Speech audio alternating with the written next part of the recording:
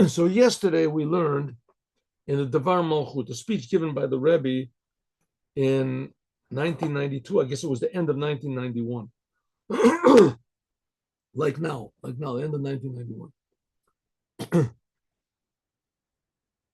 So the Rebbe explained that the Torah takes so much time and spends so many words on the marriage between Yitzchak and Rivka, or more exactly, on the matchmaker that made the match between Yitzchak and Rivka, Eliezer.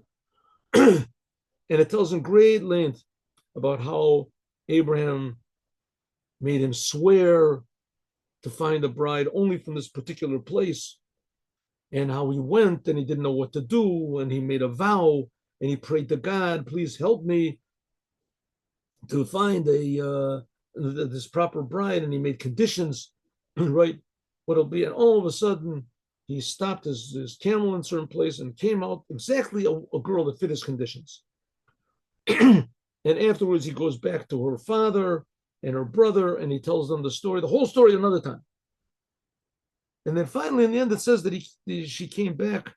He brought her back to Yitzchak, and Yitzchak saw her, and he said, "This is my wife," and they got married. Okay, but the Torah spends, I don't know, 20 times as much space talking about Eliezer and his adventures trying to find the bride than it does actually the result of her marrying Yitzchak. Why? So says the Rebbe, first of all, why does the Torah even talk about this at all? Why doesn't it just say that Yitzchak found a wife and they got married, like it is with Abraham, everybody else? It says because the uniting of Yitzchak, the son of Abraham, and Rivka is a metaphor, and not only is it a metaphor, but it actually brought about the uniting between God and the world. And let's say God and the Jewish people. Let's start off. God and the Jewish people. The Jewish people, they're like Rivka, they're the receivers. That's what happened in Mount Sinai, giving the Torah. And God, he's like Yitzchak. He's the giver. In Kabbalah, these two principles are called 45 and 52. Ma is the numerical value of 45, and Ban, which is 52, which those are different ways of filling up the four-letter name of God. Okay, but it's nevertheless two movements of godliness. One is from above to below, that's Ma, and the other one is from below to above, that's Ban. And the uniting of Yitzchak and Rivka, that is what opened up the door, was the beginning of the uniting between the upper worlds and the Jewish people at Mount Sinai. And consequently, the uniting of the upper worlds, or God, with the world. The Jewish people, then they became the emissaries, they became the shluchim, to unite God with the rest of the world at Mount Sinai. So the uniting of Yitzchak and Rivka was beginning of the impossible, to actually reveal the Creator in the creation in a complete way. Adam was supposed to have done it. When Adam was created, the world was ready for the pure, total revelation of God, but Adam didn't do it. So waited for 2,000 years for Abraham to begin it. And this uniting of Yitzchak and Rivka, this really cemented this possibility. Sort of like, you took the car out of the dealership. Maybe we could say Abraham is like, the factory creating the car, and Yitzchak and Rivka, the uniting, that's like taking the car out of the dealership. Now it's ready to run. Right? The Jews are ready to receive the Torah. And the Torah given to the Jews, that's really the uniting. That we'll talk about later, what the Torah is. But here we have the whole preparation for uniting the upper worlds and the lower worlds. And it says the Rebbe that this is so important This is so important that therefore Abraham gave everything that he had, even though you're not supposed to do that according to the Torah. But that was Abraham's whole essence. That was the whole essence of God, so to speak. That's the whole reason God created the world. And the world is tremendously important to God, infinitely more important than all the heavens and all the upper worlds. And Abraham was the one that was supposed to accomplish this in the world. And he did that through Yitzchak. So Abraham had to wait 99 years, 100 years, until Yitzchak was born. And he had to circumcise himself beforehand, only in order to give birth to Yitzchak, that Yitzchak would be the beginner of revealing God in the world. That's the whole reason God creates the world, to show how important the world is. Without this, the world is not important. It's not important to God. And if it's not important to God, eventually because the world is not important at all. There's just no meaning to the world. Right? That's this whole woke movement that's going on now in the whole world, right? Because nothing is important. Everybody just does what they want. There's nothing, no law, there's no right, there's no wrong. The world is just nothing is important. What does the song go? I say, nothing really matters, right? Life is but a dream. Yitzchak and Yitzchak, the uniting between Yitzchak and Rivka, that showed the world that it's not so. This really cemented the thing of anti-Semitism. It says that in Mount Sinai, the word for Sinai is Sina. Same word as Sina. Hatred came to the world. Hatred came to the world. Why? Because it's telling people that life is not a dream. Life does have meaning, and it has absolute meaning, and you can't do what you want. You can't do what you want. That's what the Torah, absolute values. That's what the Torah is. That's what Yitzchak brought into the world, the reason why God creates the world.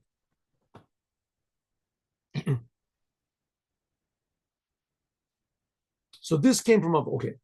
And therefore, Abraham gave everything that he had to Eliezer, because Eliezer was an emissary. He was like in Abraham's place to facilitate, to bring about this uniting of the Creator and the creation to make the whole world meaningful. And that's giving of the Torah. That happened in giving of the Torah. According to this, Yesh Lomar. So that's a summary of what we learned up to now. According to this, Yesh Lomar, we can explain an amazing thing.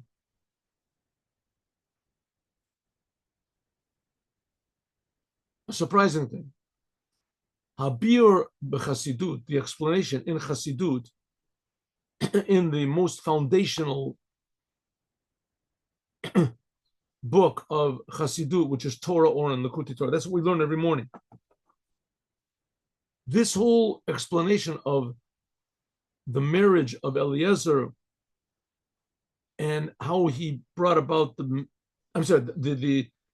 mission of Eliezer and how he brought about the marriage of Yitzchak and Rivka does not appear in this week's Torah portion in Torah Or. Remember, what are we learning in the morning? We're learning in the morning Torah Or, and it doesn't talk about Rivka and Yitzchak and Yaakov. It doesn't talk about it. It talks about Marat HaMachpelah, or the double letters. Remember, that's what we learned in the beginning, and how one deed in this world is worth all the worlds to come. Where is it mentioned? This is the whole story of Yitzchak and Rivka and everything. This is only in Likutei Torah in the end, in Parshas Zot HaBracha, in the very end, the end of the 4 books of the Torah. Then afterwards comes Shir HaShirim. Okay, so Likutei Torah, I don't have the book because I put it back. That's what we learn in the second half of the year, like around Passover time. We change over and we learn this. So usually in Torah Or, it explains something from the Torah portion about Abraham, about Yitzchak, about Yaakov. And here's a big exception. Here, this is such an important Torah portion talking about the marriage of Yitzchak and Rivka. It's not mentioned in its proper place in Torah Or. That the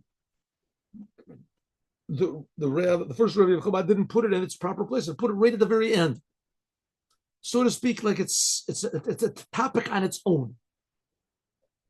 Why? It says, okay, now when you consider that the Rebbes of Chabad are the Moshiach of their generation, and that the Rebbes of Chabad are like the Moses of their generation, and they're the ones that are taking out, or at least trying to take the Jews, all the Jews, out of Egypt, even against their will, So that which was written in their books is very important. It's very important. It's not just another great genius person. This is a totally different type of a human being. Like Moses was totally different from all the other wise men and leaders of his generation. So they're totally different, and their words are totally different. So the fact that this week's Torah portion, the ideas of Yitzchak and Rivka, do not appear in the explanation in a proper order in the Torah, but they appear rather at the very end of all of the books of the explanations of the books of the Torah. And so this says something.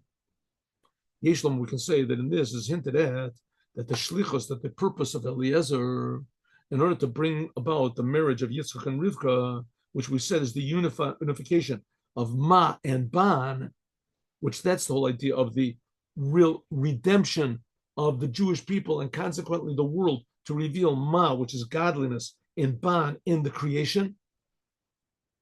This is the shleimus v'tachlit shall call inyanei avoda.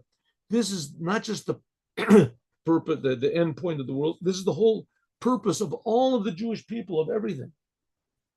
It's right at the very end of the book Likutei Torah, right at the end of all the explanations of all the Torah portions. All of a sudden pops up this marriage of Yitzchak and Rivka, suddenly explains the marriage of Yitzchak and Rivka at the very end, totally not in its place. Why? To show you that that's the goal. The goal of everything we're doing is to bring about the marriage of Yitzchak and Rivka. Therefore, this is explained at the end and the completion of Torah and Likutei Torah. And afterwards, we come to Shir HaShirim. Shir HaShirim in the is the book of the Song of Songs by King Solomon. That the whole Song of Songs is a love song between God and the Jewish people and the Jewish people of God, that its main purpose is the completion of the marriage between the Jewish people and God. That's this love that we were talking about. The consummation, the manifestation of the true love of God to the Jewish people, and the love which every Jew has in his heart to God revealed, that's going to be when Moshiach comes. That's the Shir HaShirim. That comes after the marriage of Yitzchak and Rivka. That's the completion of the unification of Ma and Ban, the creator and the creation. And that's how it's going to be in the Geula Amiti V'Shlema. That's the Song of Songs that King Solomon sang. This is a song which is referring to the future redemption, when the love between us and God is going to be revealed. And the door to that is this week's Torah portion, the marriage between Yitzchak and Rivka. And just to bring it down, the Rebbe is going to bring it down to what we have to do, what this means to us.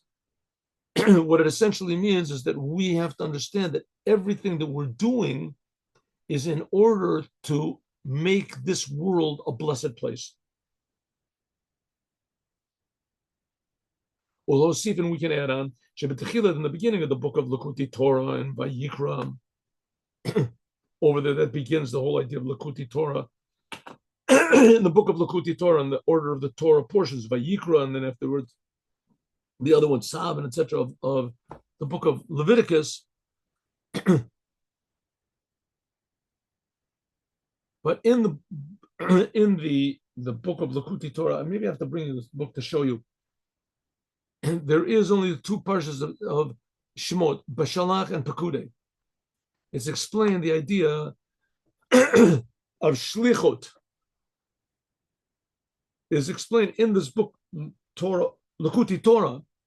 It explains what it means, Shlichut, that every Jew is an emissary. Kol echad ve'echad me'Yisrael, that every Jew is an emissary of the upper man, God. That God has sent each and every Jew, the soul below, into a body in order to fulfill its purpose in the world. Now, really, this is to a certain degree true of every human being. Every human being. But the non-Jews, their purpose is to make the world an orderly place, a blessed place, a place which is fitting for blessings. an orderly place, a good place where blessings can rest. And the purpose of the Jewish people is to bring these blessings into the world, to make the world a holy place. So every Jew is an emissary of God. And the Jewish soul was sent specifically into this world and to carry out this purpose. And so we can say that this is what's talking about in this book, Likutei Torah. Maybe should I bring you the book Likutei Torah to show you an example here? One second. I'll bring you. Oh, here I have one. Here. I got one. Here. One second. Here. Here we got. Good. Oh, yeah. Here is Likutei Torah. See, nice thick book. Okay, I got a comparison to bring you. I don't know to compare it to, but here is a regular normal book. Here's a regular normal sefer, and here is Likutei Torah. Right? Here's Likutei Torah like this. See, like let's put this here. Hold it this way. Here we have like this, and here's a regular normal book, a small book. You turn it this way, you see sort of the difference between them. Very thick book, and in this book, it has the last three explanations and commentaries on the last three books of the Torah, which are Leviticus, Numbers, and Deuteronomy, right? Deuteronomy. But strangely, right before it starts that, it has two Torah portions, commentaries on two of the Torah portions in the book of Exodus. One of them is, okay, two of the portions, Bashalach is one of them, and Pekudei is another one. Then at the end of this book, right, at the end of this book is a commentary not on the 5 books of Moses. It's a commentary on the book Song of Songs. Song of Songs. Between the explanation of the last 3 books of the Torah and the Song of Songs, suddenly is stuck over there this week's Torah portion, which comes from Genesis. This week's Torah portion talks about Yitzchak and Rivka and the people. So the Rebbe says maybe the reason is like this. The whole Torah, Yesh Lomar, Shadavar Nitbayer is explained in the beginning of Likutei Torah, Bashalach, when God sent, this is from Exodus, God sent out the Jews, and Pekudei is talking about building of the temple, the tabernacle. This is talking about the beginning of the service of man. And that we are emissaries being freed from Egypt. We are the emissaries of going out of Egypt, Bashalach. We went out of Egypt, that's Bashalach. And Pekudei, we built the tabernacle. And then in the end of the book Likutei Torah is explained the end of our service, unifying Ma and Ban, unifying the Creator and the creation as a preparation for what we have to do. That's our service, as a preparation for God actually revealing himself in this world, Latid Lavo, in the future. Huh? Okay, so in other words, you think Jewish people are just like everybody else. They're just people who don't have a special job, right? Non-Jews don't have a special job to do in the world for God. They have an obligation to be good people, orderly people, nice people, right? That's one of the saving graces of all these other religions. They keep people in line. They keep people in line, the people, especially the religions which use the ideas of the Torah. But nevertheless, they keep people in line, that people don't rape and murder and things like that. But a lot of times religions, they condone or even encourage these terrible things. But generally speaking, it's not so. Generally speaking, religion is a good thing. It keeps people in order, right? It keeps them in order. To the degree that it borrows from the Torah, the ideas of the Torah, all the religions are good, right? That's the good part of all religions, is what they borrow from the Torah.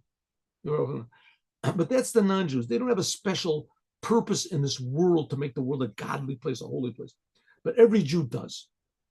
Every Jew, no matter how secular the Jew is, no matter how atheistic he is, no matter how the Jew changes his religion, no matter how bad he is, no matter how terrible he is, he becomes whatever it is, a capo, he becomes the Pope, he becomes whatever it is, makes no difference. Every Jew has this job. Every Jew is chosen. We are the chosen people. Every Jew is chosen by God to make this world a godly, blessed, holy, happy, healthy place. Every Jew. That's called the unification of Ma, that's godliness, and Ban in the world. And that's our job. And that's really hinted at in this book of Chabad, Chassidus, because the whole thing idea of Chabad Chassidus is called the laws. This is the teachings of Moshiach. And it starts off with the Jews going out of Egypt and building the tabernacle. That's the beginning of our service. And it ends up with the unification marriage of Yitzchak and Rivka, which these two ideas are totally out of place, right? This book starts with the last three books of the Torah. And the first two things I told you about going out of Egypt, that's talking about the second book of the Torah. And the building of the temple, that's the first book of the Torah. So it's out of place. Good. Good morning. Al Pisa, according to this, Yuvan, we can understand the idea of Mashiach and why Mashiach is a shliach. Mashiach is an emissary. And that's why this week's Torah portion devotes so much time and space to Eliezer, who was only a shliach. He was only an emissary. The idea of an emissary is very, very essential to Judaism and essential to the purpose of Judaism, to make this world a blessed, holy place. And the Mashiach himself is going to be a shliach. That's what Moses requested from God at the burning bush, right?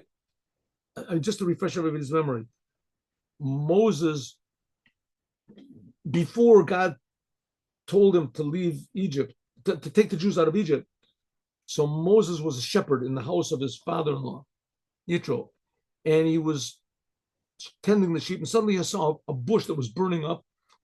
There was a flame coming, and the bush didn't burn. It just stayed there. So Moses didn't understand what was going on, and he came close to the bush, and God started to speak to him. And God said to him, Moses, you're going to take the Jews out of Egypt. You're taking the Jews out of Egypt. You're going to go out. And Moses says, listen, God, I've been in Egypt. I was there for a long time. I understand the place, really good. It's not for me. It's not for me. I didn't apply for this job. I don't want the job. I'm not fit for the job. Send someone else. He said, Shalach na bi'at tishlach. Send whoever you want. So the explainers of the Torah tell us that Moses was not trying to get out of it. He wasn't trying to get out of it. Moses was just saying to God that, listen, God, I know what's going to happen. I'm going to take the Jews out. And in the end, you're going to have to send someone else, the Mashiach. And he's going to have to do the whole business again, to gather the Jews from the four corners of the world and bring them together. So you know what? Send Mashiach now. Send Mashiach now. If I can take the Jews out miraculously, so Mashiach can do the same thing. He'll do bigger miracles, right? So that's the explanation. So the Rebbe said, let me explain the commentaries over here. Let me explain the explainers. They're not saying that Moses was saying God is wrong. That God, you made a big mistake. Why do it in two steps? Do it in one step. That would have been nice, but that's not what Moses was hinting at. Moses was hinting at that I want to be connected to Mashiach. What I'm doing now is going to bring the Mashiach. What I'm doing now, taking the Jews out of Egypt, is going to be one continuum from me to Mashiach. And at that point, Moses, he became an emissary of God. And he wanted to say, I am an emissary, Mashiach is an emissary. God, let it be one continuum. The power that you gave me to take the Jews out of Egypt and the miracles that occurred of me taking out, and your involvement and your help that you gave me taking the Jews out of Egypt, that's going to be the same power and the same enabling and the same help and assistance that's going to be with Mashiach. When is Mashiach going to come? As soon as possible. That's up to you, God. But it's one continuum. Mashiach, he is an emissary of God. And by means of what Moses did, Nif'alet is brought about, the shlemut, the complete and total topic of what an emissary is. What is an emissary of God? What is it? Uniting Ma and Ban. Uniting God, the creator, that's Ma, and Ban and the creation.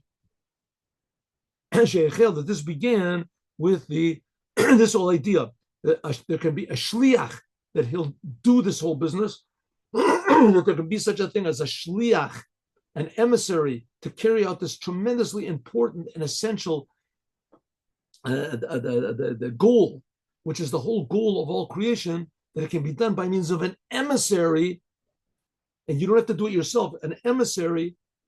And God can also send emissaries to do the representatives to do it. That God can do it, so to speak, by proxy. This was begun when Abraham sent Eliezer. That Eliezer, not Abraham himself, but Eliezer, he was the one that brought about the marriage of Yitzchak and Rivka. Hashlichot shel HaKadosh Baruch Hu, God sent him. He was an emissary of God, lahavi, to bring the redemption, the true redemption, complete redemption. That's what Moses was requesting from God at the burning bush. God, I want this to be a continuum, and that you're going to take all the Jews out of the exile. Sha'az, then, when that happens, and that should happen any second now. As then, will be the complete unity of the soul with the body. The Jewish people and God will be totally one. Totally one. Then in the world, this unification will be also not just with the Jewish people, also in the world will be shleim with the gila, a complete total revelation of the Creator in this physical world. So every stone, every atom will have a meaning. We'll see that everything is a miracle from God. Everything. That the whole world becomes a dwelling for God in this physical world. The world will finally work the way it's supposed to. And that's why it says there won't be any more famine, and there won't be any more misery, and there won't be any more disease, and there won't be any more wars. And for sure, there won't be any more depression and aggression and addictions and crazy stuff like that. And the world will just be the way it's supposed to be. According to this movement, we can understand Medua, why in the Moshiach himself is in the category of an emissary.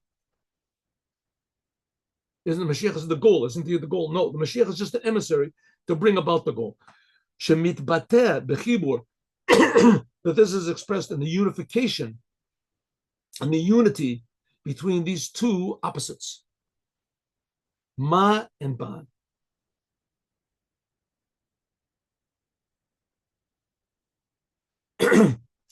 So it is a emissary. Who is an emissary? An emissary is an individual person, a separate person. He is not God. He's not God.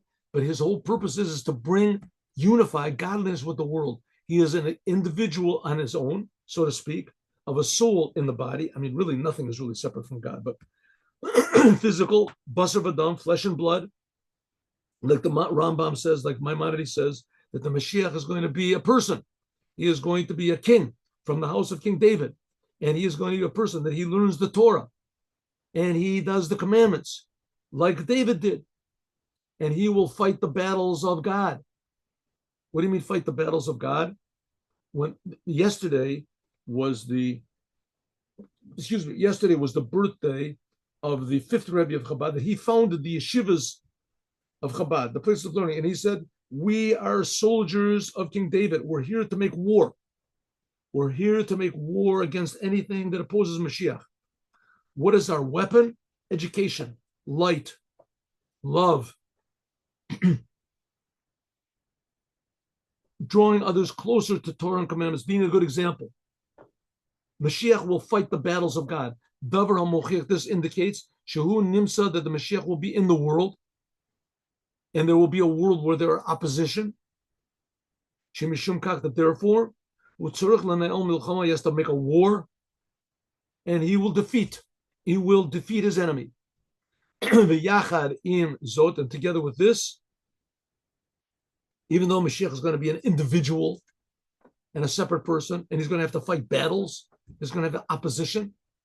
But nevertheless, it says that an emissary of a person is like the one who sent him.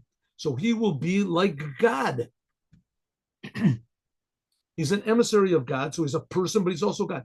It says that about Moses, as V'zota Bracha, Moshe Ish Elokim, says that Moses is a man, God, and explains one place that he was half man, half God. What this means, who knows? But the fact is that he was a pure emissary of God. He didn't do anything on his own. Shekain, in order to bring the unification of the soul and the body of the Jewish people, that's what Mashiach is going to do. Mashiach will force, he will convince all of the Jewish people to go in the ways of the Torah, and he will strengthen Judaism in all of its aspects.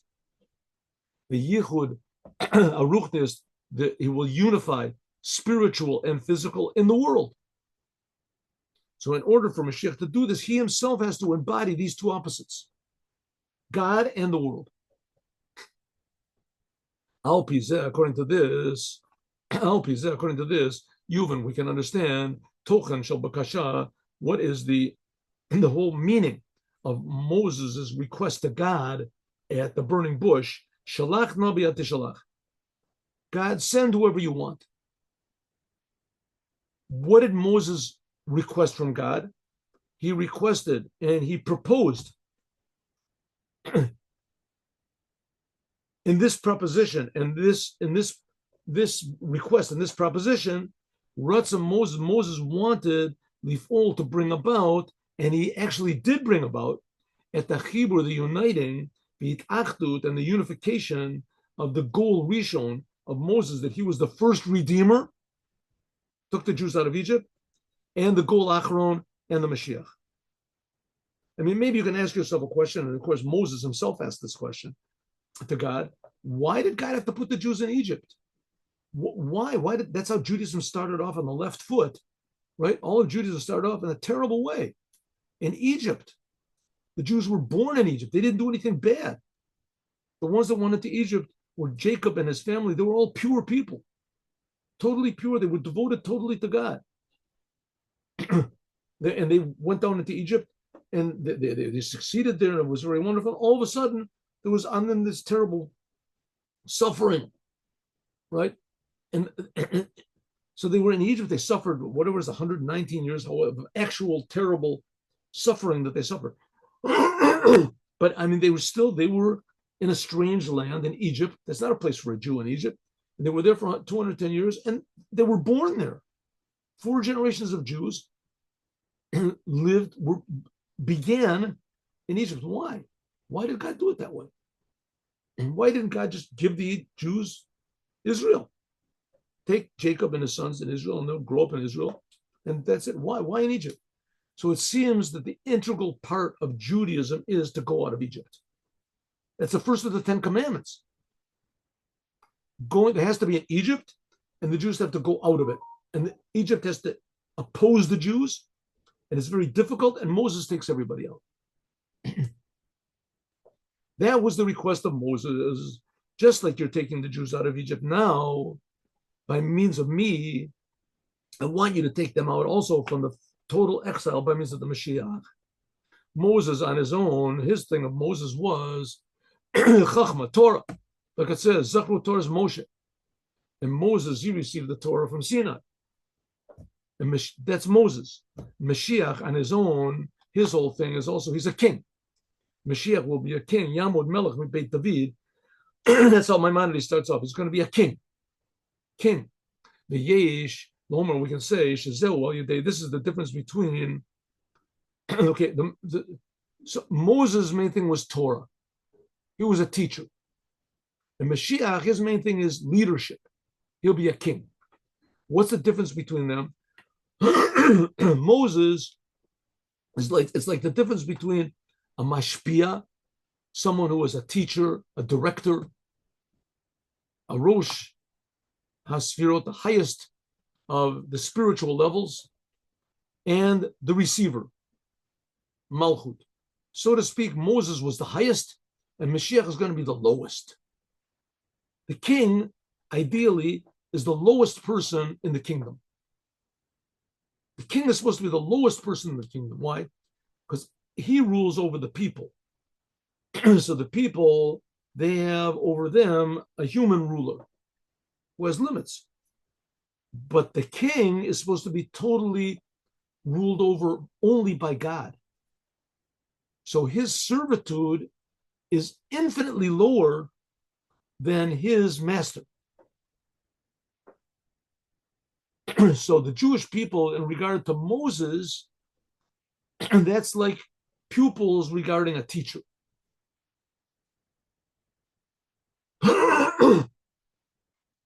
But the connection between a people and a king is something like the connection between the king and God.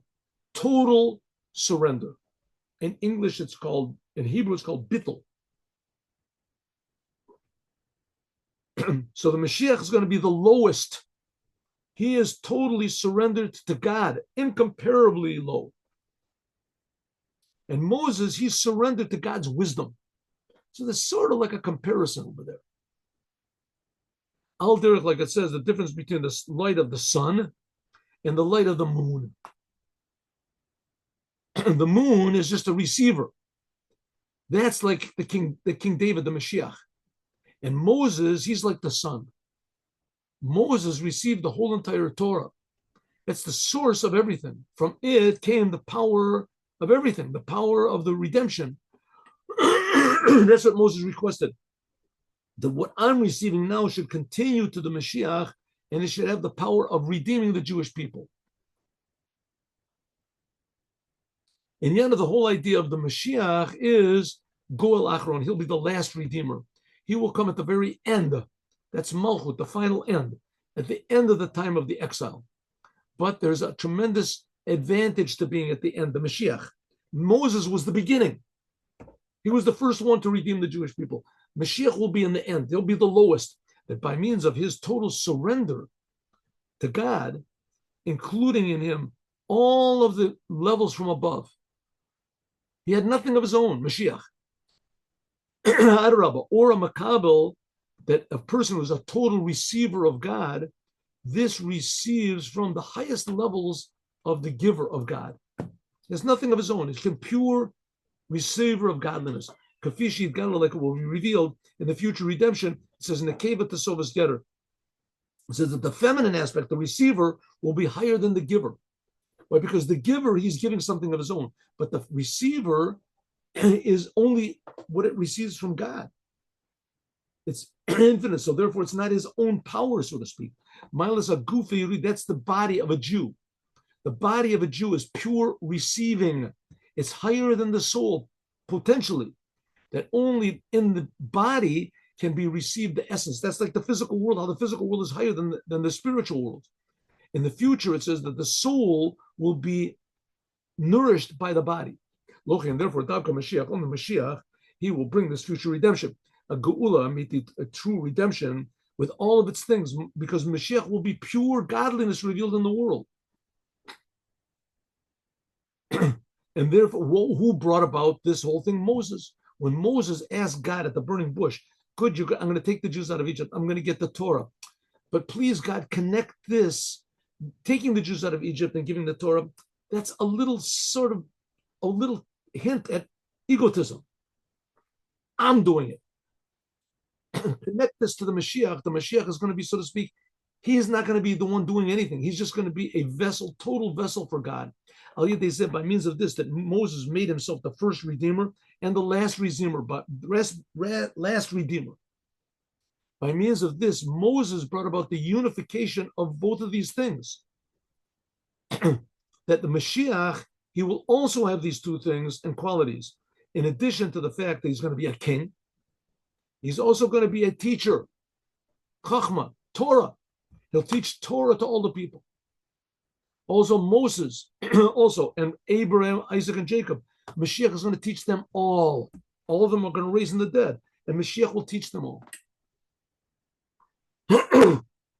Al-Derech says similarly with Moses. Moses also had the qualities. He was mainly a teacher, but he also had the qualities of being a king, like it says, "Vayihi b'Yeshua Melech."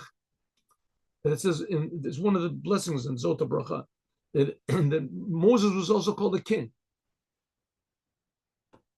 So if so, the Mashiach is going to be the highest and he's going to be the lowest. The highest was represented by Moses. The lowest is by Mashiach. Because Mashiach is so low, therefore he is a perfect receptacle for godliness and a conduit to just bring godliness to the whole world. We can say that this is hinted at. The idea of Mashiach is the numerical value of Shliach. Mashiach, if you add 10 to the number Shliach, then the Lamed becomes a Mem. It's the letters of Mashiach.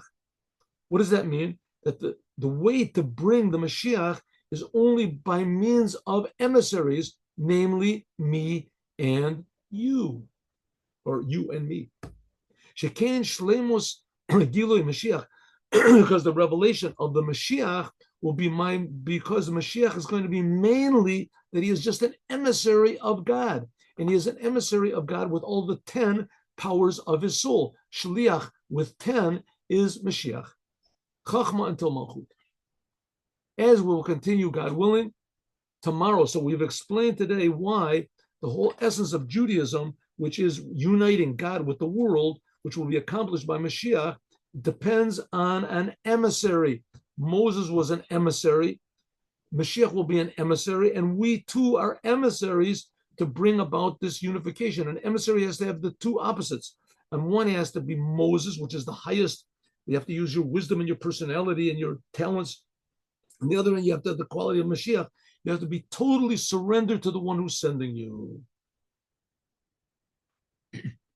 As we'll talk about more, God willing, tomorrow. Let's do the Yom Yom. Oh, let's stop this first.